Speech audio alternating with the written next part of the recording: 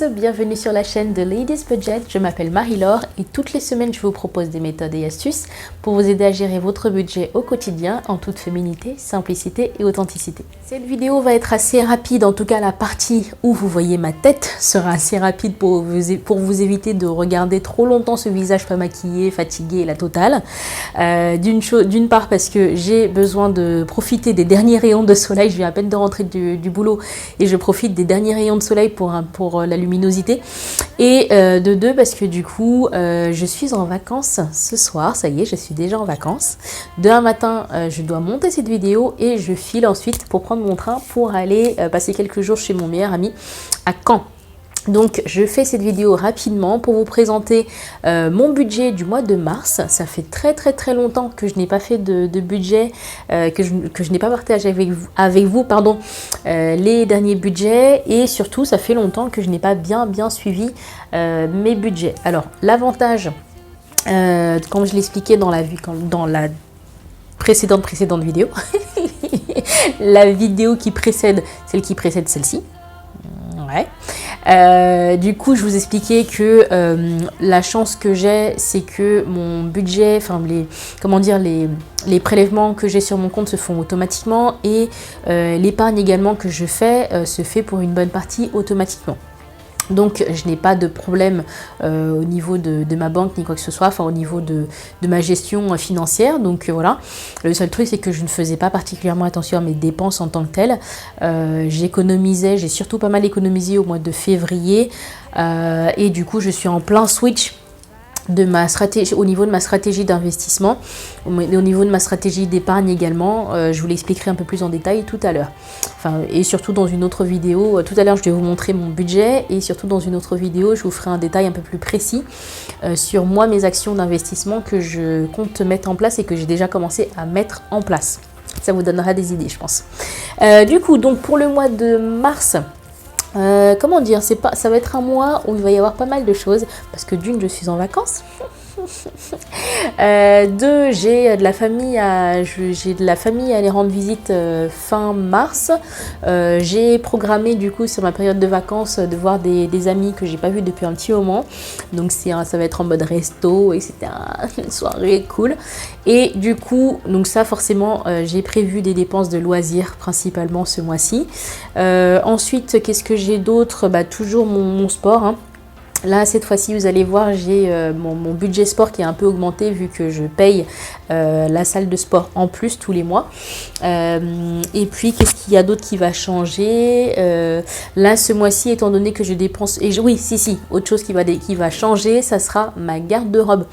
Enfin, pas changer, mais du coup, je vais continuer à m'acheter des vêtements, ce que j'ai déjà commencé l'année dernière. Et là, du coup, je vais continuer à me racheter quelques vêtements, ce qui est toujours prévu, hein, pour le coup. Tous les mois, je mets 50 € de côté. Et là, ce mois-ci, je vais utiliser 350 € pour pouvoir aller faire du shopping pendant ma période de vacances. En plus de ça, j'ai également envie de prendre du temps pour moi pour aller faire des visites de musées, etc. Et je sais que ça coûte assez cher sur Paris. Et du coup, je me prévois ça un petit peu dans mon budget loisir également, parce que j'ai envie, tout simplement. J'ai envie. Et du coup, on a également un dîner qu'on a prévu avec mon mari, tous les deux, juste un dîner en couple, dans un restaurant parisien que je n'ai pas encore sélectionné, mais je vais sélectionner quelque chose de bon, de bien, juste pour se faire plaisir et se retrouver tous les deux. On essaie de le faire assez régulièrement lorsqu'on peut. Voilà, sans plus attendre, on passe à mon budget. J'ai oublié de vous dire un truc, non ? Abonnez-vous à ma chaîne, partagez et likez cette vidéo si elle vous plaît, et suivez-moi également sur Instagram @ladies-budget. Je vous y partage mon quotidien et plein de petites choses que vous ne voyez pas sur YouTube. Ok, donc c'est parti pour mon budget du mois de mars. Donc les objectifs que je me suis fixés pour ce mois-ci, c'est de suivre mon budget de plus près, parce que je ne l'ai pas fait ces derniers mois. Donc je vais essayer de vraiment me focaliser là-dessus à partir du mois de mars.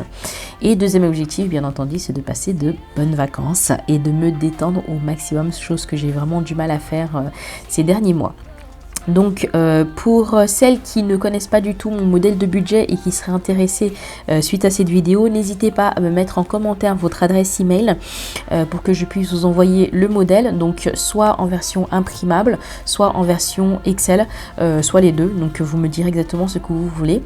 Si vous ne souhaitez pas mettre vos coordonnées dans les commentaires, n'hésitez pas à me suivre sur Instagram et à m'envoyer un message privé pour que je puisse vous envoyer ça. Donc voilà, du coup ici sur cette partie là, donc la synthèse du mois de mars, là j'ai déjà rempli en fait mon budget pour que la vidéo soit beaucoup plus rapide. Les chiffres que je viens incrémenter dans les autres tableaux du budget viennent se mettre automatiquement ici, enfin les sous-totaux viennent se mettre automatiquement ici pour avoir une vision globale de mon budget pour le mois de mars. Donc on commence ici pour le salaire. J'ai budgété 2200 euros.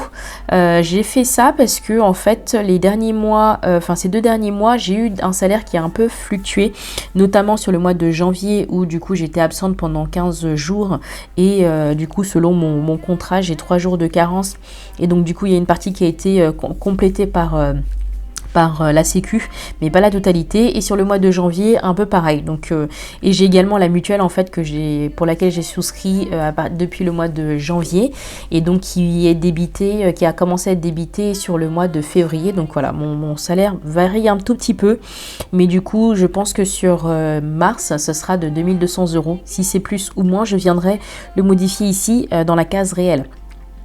Et du coup, donc là en extra, donc je me suis fait un virement de 220 euros. Donc pour, comme je vous le disais en présentation, ma garde-robe que j'ai envie de continuer à faire un peu de shopping pour ma garde-robe et 70 euros que j'ai viré de mon épargne spécifique donc pour les produits d'hygiène que je dois acheter sur le mois de mars pour compléter ce qui nous manque à la maison. Donc au total, j'ai 2420 euros à répartir sur les catégories suivantes. Donc on va commencer par mes dépenses fixes. Du coup, ce qui a changé un petit peu sur ce tableau, c'est quelques montants et certaines catégories qui n'apparaissent plus, certains prélèvements qui n'apparaissent plus. Donc en fait ici, chez Orange, j'ai pu baisser un peu ma facture de mobile et d'internet à la maison. Donc ça s'élève à 64 euros. Avant c'était 82 euros si je me souviens bien. Netflix ça ne bouge pas, 12 euros. Disney Plus 4 euros et Microsoft 10 euros. Donc du coup ici on voit que mes dépenses fixes s'élèvent à 90 euros. Cela représente 4% de mes revenus et il me reste 2330 euros à venir répartir sur ce tableau des dépenses variables et enveloppes. J'ai gardé exprès le terme enveloppe parce que même si je n'utilise plus les enveloppes physiques avec du cash à l'intérieur pour faire mes dépenses variables de la maison, j'ai maintenu ce terme là parce que j'ai pas envie que ça vous freine vous si vous souhaitez utiliser des enveloppes. Ça vous permet également de savoir à peu près comment répartir vos catégories, comment appeler vos catégories si vous souhaitez utiliser le système d'enveloppe. Moi ce système là il fonctionne avec ma carte bleue tout simplement. Du coup pour les courses j'ai toujours le même budget, 400 euros, pour mon fils 300 euros, pour la voiture et les transports. Donc ce qui change c'est que je n'aurai plus ma carte Navigo à payer tous les mois parce que je n'ai plus besoin d'aller sur Paris fréquemment pour gérer l'autre site parce que l'autre site que l'on a fermé. Donc j'ai quasiment plus ces dépenses là à faire, sauf je pense que ça sera plutôt ponctuel si j'ai des déplacements à faire en transport sur Paris. Et du coup là j'ai mis 70 euros parce que avec le prix de l'essence qui a augmenté, c'est ce que je prévois si j'ai besoin de faire un plein sur la voiture, si j'en ai besoin sur le mois de mars, je me dis voilà, je préfère mettre une enveloppe de 70 euros pour éviter d'avoir des surprises. Tout simplement. Ensuite au niveau du lunch au boulot, donc là ce mois-ci j'ai budgété uniquement 80 euros. En général je mets 100 euros. Mais là vu que j'ai une semaine de vacances qui se place, du coup j'aurai un petit peu moins de dépenses au niveau du boulot. Ensuite le coussin de sécurité, en fait là je l'ai maintenu à 100 euros. Je l'ai fait également pour les 2 derniers mois. Donc janvier et février, sauf que je me tâte en fait à maintenir ce budget, ce coussin de sécurité de 100 euros. Comme je vous l'avais dit dans ma vidéo précédente, j'ai vraiment envie que mon argent fasse des gros, plus des petits, mais fasse des gros, des grands. Et du coup, Voilà, pour l'instant, je ne sais pas trop ce que je vais faire de ces 100 euros de coussin de sécurité là. Est-ce que je maintiens ça ou pas? On verra, je vous le dirai. Donc ensuite, au niveau du coach de cette catégorie coach sportif et salle de sport, donc ça c'est ce qui est nouveau, c'est que je cotise maintenant, je paye maintenant une salle de sport. Combien? C'est 30 euros tous les mois.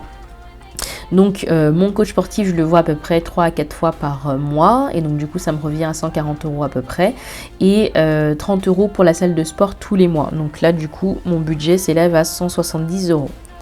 Pour la thérapeute, ce mois-ci, je ne la vois qu'une fois, donc 65 euros. Pour la beauté, j'ai prévu uniquement de me faire épiler les sourcils ce mois-ci, donc 8 euros. Les loisirs, donc c'est là où mon budget est un peu plus élevé que le mois précédent.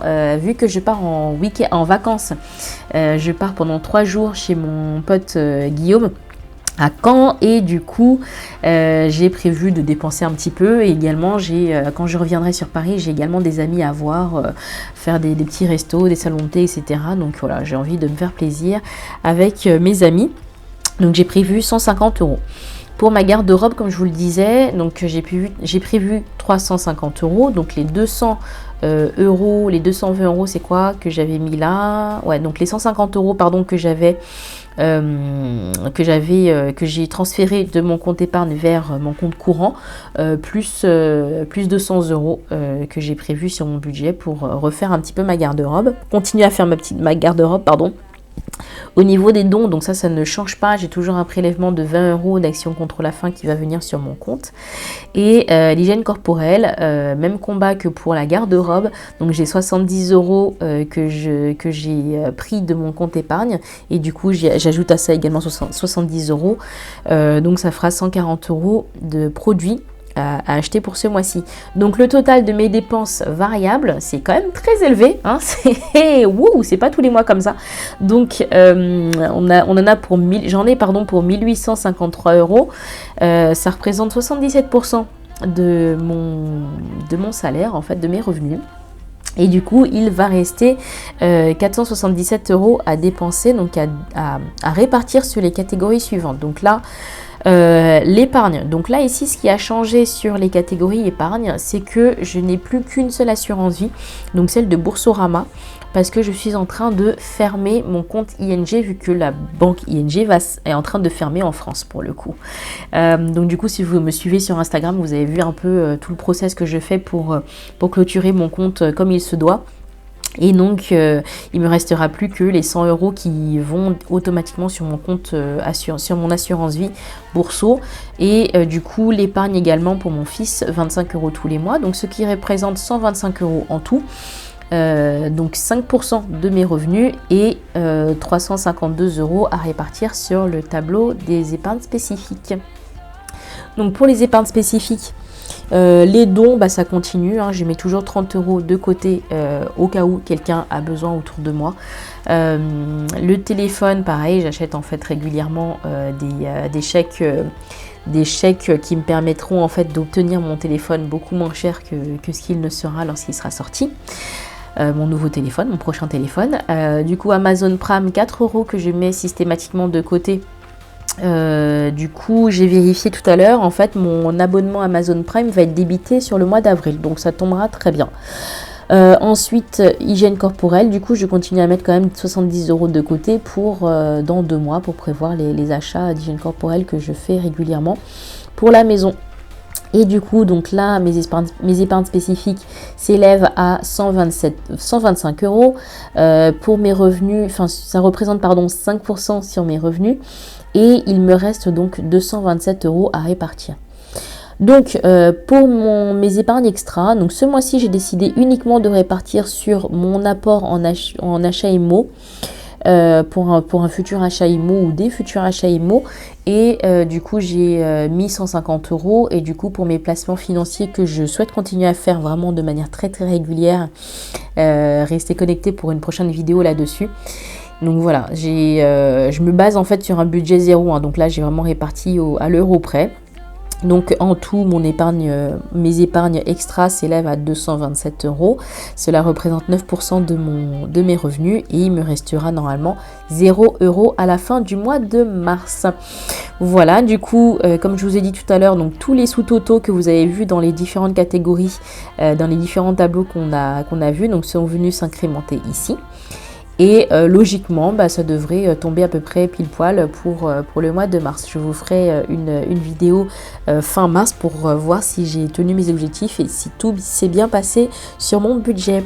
Voilà, écoutez, dites-moi en commentaire où vous en êtes pour votre budget du mois de mars. J'espère que ça se passe bien pour vous. J'espère que cette vidéo vous a plu. Comme d'habitude, likez et partagez-la si elle vous a plu. Abonnez-vous à ma chaîne. Suivez-moi également sur Instagram. Et du coup, je vous dis à très bientôt. See you ladies!